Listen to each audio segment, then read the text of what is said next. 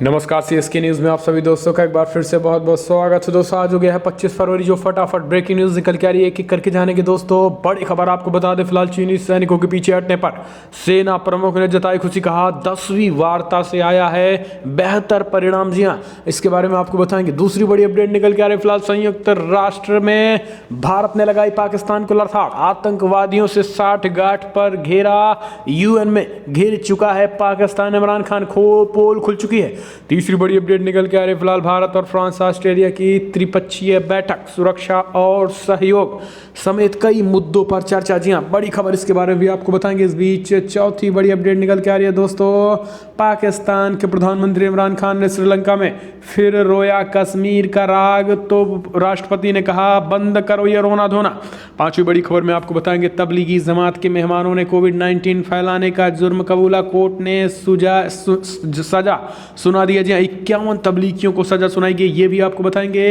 इस बीच यूपी में लव जिहाद का कानून बन चुका है, सीएम योगी ने कहा जिहादियों की खैर नहीं है। तो दोस्तों सब कुछ खबरें एक करके आपको विस्तार से बताएंगे, लेकिन उससे पहले एक छोटा सा निवेदन, अगर आपने चैनल को अधिक सब्सक्राइब नहीं किया तो प्लीज़ सब्सक्राइब के लाल बटन दबाकर चैनल को सब्सक्राइब करें। और अगर आप भी मानते कि प्रधानमंत्री मोदी हैं तो मुमकिन है तो इस वीडियो को लाइक करके अपना समर्थन दो। दरअसल पहली बड़ी खबर निकल के आ रही है दोस्तों, फिलहाल चीनी सैनिकों के पीछे हटने पर सेना प्रमुख ने जताई खुशी, कहा 10वीं वार्ता से आया है बेहतर परिणाम। जी हाँ, दरअसल चीन के साथ पूर्वी लद्दाख में वास्तविक नियंत्रण रेखा पर तनाव कम होने और प्योंगयांग के उत्तर और दक्षिणी के किनारों से भारत और चीन की सेनाओं के पीछे हटने के बाद सेना प्रमुख जनरल एम नरवणे ने बुधवार को खुशी जताई है। उन्होंने कहा है कि फिलहाल 10वें दौर की वार्ता से दोनों देशों के लिए बेहतर परिणाम सामने आया है। उन्होंने कहा है कि फिलहाल ये फैसला दोनों देशों के लिए जीत की स्थिति है। सेना प्रमुख ने कहा है कि फिलहाल पड़ोसी के तौर पर हम चाहेंगे कि सीमा पर शांति और स्थिरता रहे और कोई नहीं चाहता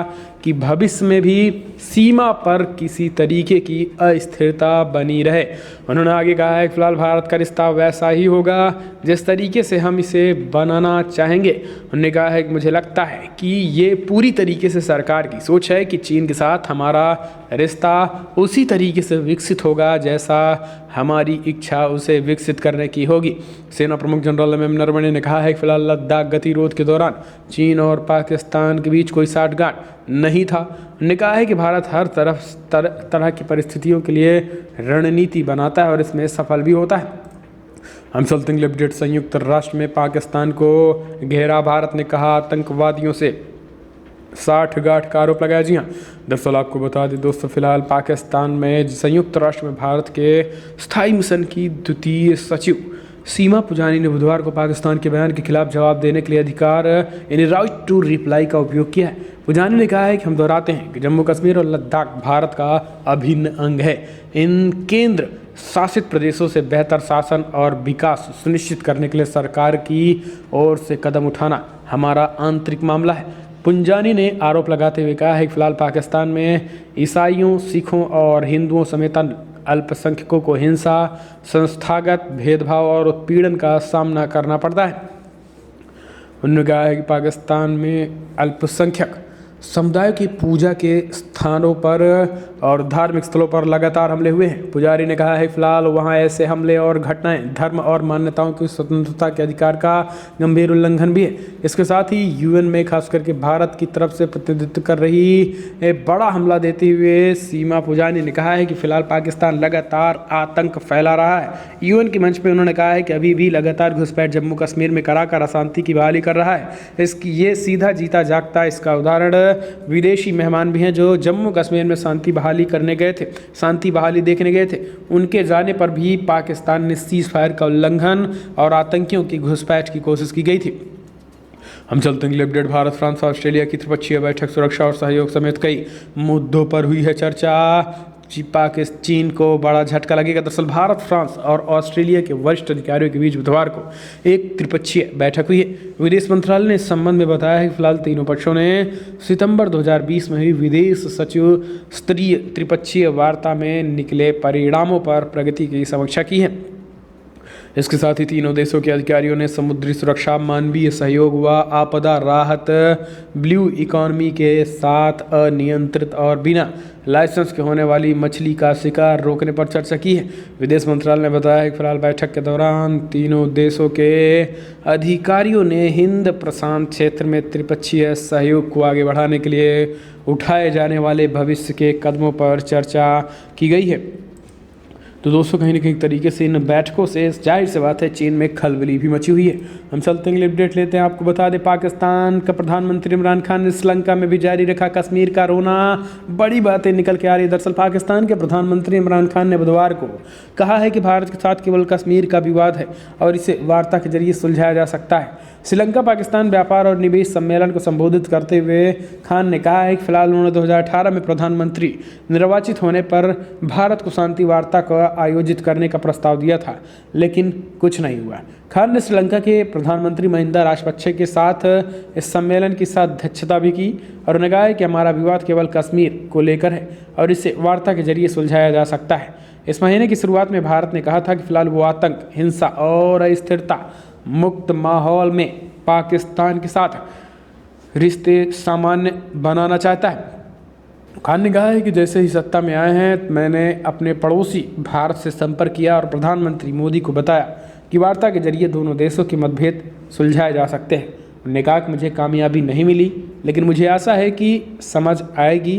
व्यापार संबंध बढ़ाकर ही उपमहाद्वीप में गरीबी मिटाई जा सकती है। तो दोस्तों पाकिस्तान आर्थिक तंगहाली से जिस तरीके से जूझ रहा है, उसने अब ये माना कि फ़िलहाल बातचीत के जरिए मसले का हल हो सकता था। अभी तक तो चीन के हवाई बाजी में उड़ रहा था, लेकिन जब लगा कि चीन भी मोदी सरकार के सामने सरेंडर हो चुका है, तो अब चीन, पाकिस्तान भी अब बातचीत का रोना दूसरे प्लेटफॉर्मों पर भी रो रहा है। हम चलते हैं अपडेट। तबलीगी जमात के मेहमानों ने कोविड-19 फैलाने का जुर्म कबूला, कोर्ट ने सुनाई सजा। जी हाँ, दरअसल थाईलैंड, किर्गिस्तान, कजाकिस्तान और बांग्लादेश में यूपी पहुँचे तबलीगी जमात के विदेशी मेहमानों ने कोरोना फैलाने का जुर्म कबूल कर लिया है। लखनऊ की सीजीएम कोर्ट ने 51 आरोपियों को जेल में बिताई गई अवधि और 1500 रुपये जुर्माने की सज़ा सुनाई है। इन सभी पर कोविड-19 महामारी और लॉकडाउन के दौरान केंद्र और राज्य की गाइडलाइंस के उल्लंघन का आरोप भी लगाया था। इसके साथ ही टूरिज्म वीज़ा पर मस्जिदों में घूमकर तबलीगी जमात में शामिल होने का भी आरोप लगा दिया है। आरोपियों के खिलाफ बहराइच, सीतापुर, भदोई और लखनऊ में मामले दर्ज किए गए थे। इधर दिल्ली की एक अदालत ने 35 तबलीगी जमात के सदस्यों के पासपोर्ट जारी करने का आदेश दिया है। कोर्ट ने इन सभी को निज़ामुद्दीन मरकज़ मामले में बरी कर दिया था। आपको बता दें कि फिलहाल दिसंबर 2020 में निज़ामुद्दीन मरकज़ से जुड़े 35 विदेशी जमातियों को साकेत कोर्ट ने बरी किया था। सभी 36 जमातियों पर कोविड महामारी एक्ट के उल्लंघन का भी आरोप था। ये कोई पहला मामला नहीं है जब मामले में जमाती बरी किए जा रहे हैं, और इससे पहले भी जमाती बरी किए जा चुके हैं, लेकिन ये मामला कोर्ट ने सज़ा सुनाई और फैलाने के जुर्म में। हम चलते हैं, अपडेट लेते हैं। आपको बता दें फिलहाल यूपी में लव जिहाद पर पास हुआ विधेयक, धोखा देकर धर्म परिवर्तन कराने पर होगी 10 साल की कैद। यूपी में धर्म परिवर्तन विधेयक पास हो गया है। यूपी में धोखा व झांसा देकर या गलत वादा करके धर्म परिवर्तन कराना अब संज्ञेय या गैर जमानती अपराध की श्रेणी में आएगा। धोखा देकर धर्म परिवर्तन कराने पर 10 साल की सज़ा होगी। इसके अलावा 50,000 रुपये का जुर्माना भी लगेगा। आपको बता दें कि फिलहाल इस तरीके की घटनाओं को रोकने के लिए सरकार द्वारा पेश किए गए उत्तर प्रदेश विधि विरुद्ध धर्म संपरिवर्तन प्रतिषेध विधेयक 2021 को बुधवार को विधानसभा में ध्वनि मत से पारित कर दिया गया।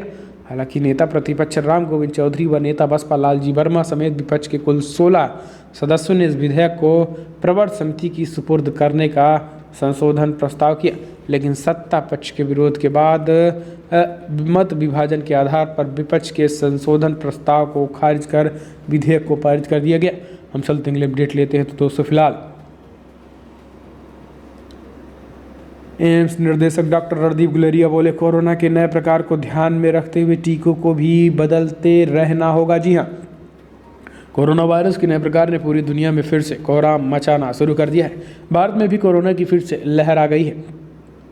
देश के कई इलाकों में कोरोना स्ट्रेन के मामले देखने को मिल रहे हैं। इस बीच एम्स के निदेशक रणदीप गुलेरिया ने कोरोना के नए प्रकार को लेकर चेतावनी भी दी है। डॉक्टर गुलेरिया ने कहा है कि कोरोना के नए प्रकार को ध्यान में रखते हुए हमें टीकों को भी बदलने रहना होगा। फिलहाल हमें चिंता करने की आवश्यकता नहीं है, लेकिन हमें स्थिति पर बारीकियों से नज़र रखने की भी ज़रूरत है। ये सुनिश्चित करें कि उनमें से कोई भी पूरी तरीके से नया ना हो और ना हमारी वैक्सीन की प्रभावकारिता क्षमता गिरा जाए। हम चलते हैं अपडेट लेते हैं। तो दोस्तों फिलहाल बड़ी खबर निकल के आ रही है, जहां पर आपको बता दें राहुल के विवादित बयान पर अब उनकी ही पार्टी के नेताओं ने राहुल गांधी को बता दिया पप्पू। जी हाँ, कपिल सिब्बल ने दरअसल केरला में राहुल गांधी के विवादित बयान पर वरिष्ठ कांग्रेसी नेता कपिल सिब्बल ने प्रतिक्रिया दी है। उन्होंने कहा है कि फिलहाल हमें मतदाताओं का सम्मान करना चाहिए और इस तरीके से बचकानी बच्चों वाली हरकत छोड़ना चाहिए। इसके साथ ही उनकी बुद्धिमत्ता का भी अपमान नहीं करना चाहिए। हमारे वोटर हैं वो, चाहे यूपी हो या फिर बिहार हो। हालांकि सिब्बल ने यह भी कहा कि मैं राहुल गांधी के बयान पर कमेंट करने वाला कौन हूँ। उन्होंने कहा कि और वो ही जानते होंगे कि आखिर किस संदर्भ में उन्होंने ये बातें कही हैं। लेकिन आपको बता दें कि उन्होंने एक तरीके से ये बातें स्पष्ट कर दी है कि आखिर ये बचकाना हरकत है। इस तरीके की बातें हमें सभी वोटरों का सम्मान करना चाहिए, चाहे फिर वो दक्षिण हो या फिर उत्तर के हों। इस तरीके से उन्होंने बातें कही हैं। आपको बता दें कि राहुल गांधी मंगलवार को केरला में थे और एक कार्यक्रम को संबोधित करते हुए उन्होंने कहा था कि 15 साल उत्तर भारत में सांसद रहने के बाद केरला के वायनाड से सांसद पहुंचना उनके लिए ताज़ी हवा के झोंके की तरह था। उन्होंने कहा कि अमेरिका में मैं कुछ छात्रों से बात कर रहा था और मैंने कहा कि केरला जाना मुझे अच्छा लगता है। वे केवल उनके प्यार की वजह से नहीं, बल्कि जिस तरीके की राजनीति आप कराते हैं। अगर मैं कहूं कि आपकी बुद्धिमत्ता जिसके ज़रिए आप राजनीति करते हैं, अब तक मेरे लिए ये सीखने और आनंद उठाने वाला सफ़र रहा है। यानी एक तरीके से उत्तर भारतीयों को मंदबुद्धि का अपनी तरह पप्पू समझ लिए थे राहुल गांधी, और यही कारण है कि कपिल सिब्बल ने अब उनको ही बचकाना हरकत बता दिया और उन्होंने कहा कि हर एक मताधिकारियों का सम्मान करना है। हम चलते हैं अपडेट लेते हैं। तो दोस्तों फिलहाल बड़ी खबर निकल के आ रही, मोटेरा स्टेडियम का उद्घाटन गृह मंत्री अमित शाह ने कहा। आखिर क्यों इसे नरेंद्र मोदी स्टेडियम रखा गया ना? दुनिया का सबसे बड़े क्रिकेट स्टेडियम का उद्घाटन गुजरात के अहमदाबाद में राष्ट्रपति रामनाथ कोविंद ने किया। बुधवार को कार्यक्रम में केंद्रीय गृह मंत्री अमित शाह ने ऐलान किया है कि इस स्टेडियम का नाम नरेंद्र मोदी स्टेडियम होगा। आपको बता दें कि इसी स्टेडियम पर बुधवार को भारत और इंग्लैंड के बीच पिंक बॉल टेस्ट खेला जाना है। गृह मंत्री अमित शाह ने ऐलान किया है कि फिलहाल हमने यहाँ इस तरीके की सुविधा कर दी है कि 6 महीने में ओलंपिक, एशियाड और कॉमनवेल्थ जैसे खेलों का आयोजन कर सकता है। अहमदाबाद को अब स्पोर्ट्स सिटी के नाम से जाना जाएगा। अमित शाह ने कहा है कि नरेंद्र मोदी ने बतौर गुजरात सीएम इसका सपना देखा था, जो अब पूरा हुआ है। नए स्टेडियम को दुनिया के सबसे बड़े और हाईटेक स्टेडियम के तौर पर विकसित किया गया है। गृहमंत्री बोले कि मैं नरेंद्र मोदी के साथ लंबे वक्त से काम कर रहा हूं। उन्होंने हमेशा युवाओं के खेल के लिए प्रोत्साहित किया है। खेलो इंडिया योजना के तहत इसी विजन को गांव-गांव तक पहुंचाया गया है। हम चलते हैं अपडेट लेते हैं। तो दोस्तों फिलहाल बड़ी खबर निकल के आ रही है, विधानसभा में गरजे मुख्यमंत्री योगी, सपाइयों की बोलती बंद कर दी। कहा गुंडे हैं आप सब, लोअर लाल टोपी वाले गुंडे, 2.5 साल का बच्चा भी पहचानता है। यूपी के मुख्यमंत्री योगी आदित्यनाथ ने कल बजट सत्र और लफ्जियात कानून के दौरान विधानसभा में बोलते हुए कहा है कि 2.5 साल का बच्चा भी जानता है कि लाल टोपी पहनने वाला व्यक्ति गुंडा है। दरअसल विपक्षी समाजवादी पार्टी के सदस्य लाल टोपी पहनकर सदन की कार्रवाई में हिस्सा ले रहे थे। सीएम योगी ने एक वाकये का जिक्र करते हुए इसी बात पर टिप्पणी की। मुख्यमंत्री ने कहा है कि एक बार मैंने बेसिक शिक्षा परिषद के स्कूल में गया था। वहाँ एक बच्चे को अन्नप्राशन कराने के दौरान एक पार्टी के कुछ लोग विरोध करने पहुँच गए। उन्होंने टोपी पहनी थी लाल। तभी उस महिला के साथ खड़े 2.5 साल के बच्चे ने कहा, मम्मी वो देखो गुंडे आ गए हैं, गुंडा आ गया है। अब आप समझिए कि 2.5 साल के बच्चे को भी समझ में आ रहा है कि लाल टोपी पहनने वाला गुंडा है। तो इस तरीके से मुख्यमंत्री योगी आदित्यनाथ ने सपाइयों पर एक तरीके से साइलेंटली जमकर हमला भी बोल दिया। हम चलते हैं अपडेट। मुख्तार अंसारी को यूपी लाने के लिए योगी सरकार की कवायद तेज। एससी से कहा पंजाब बेशर्मी से गैंगस्टर को बचा रहा है। यूपी सरकार अब बुधवार को सुप्रीम कोर्ट में कहा है कि पंजाब सरकार गैंगस्टर से नेता बने मुख्तार अंसारी को बेशर्मी से बचा रही है और विभिन्न मामलों में मुकदमों की सुनवाई का सामना करने के लिए उसे उत्तर प्रदेश नहीं भेज रही है। अंसारी रंगदारी के कथित मामले में पंजाब के रूपनगर जिला जेल में बंद हैं। न्यायमूर्ति अशोक भूषण और न्यायमूर्ति RS रेड्डी की पीठ ने पंजाब सरकार की ओर से पेश हुए वरिष्ठ अधिवक्ता दुष्यंत दवे के प्रतिवेदन का संज्ञान लिया है, जिसमें उन्होंने निजी कारणों का हवाला देते हुए मामले को स्थगित करने का अनुरोध कर दिया था। तो दोस्तों फिलहाल बड़ी खबर में इतना है, लेकिन अगर आपको वीडियो पसंद आया तो लाइक करें, शेयर करें, कमेंट के माध्यम से आप अपनी राय देना ना भूलें। इस वीडियो में इतना ही। जय हिंद, वंदे मातरम।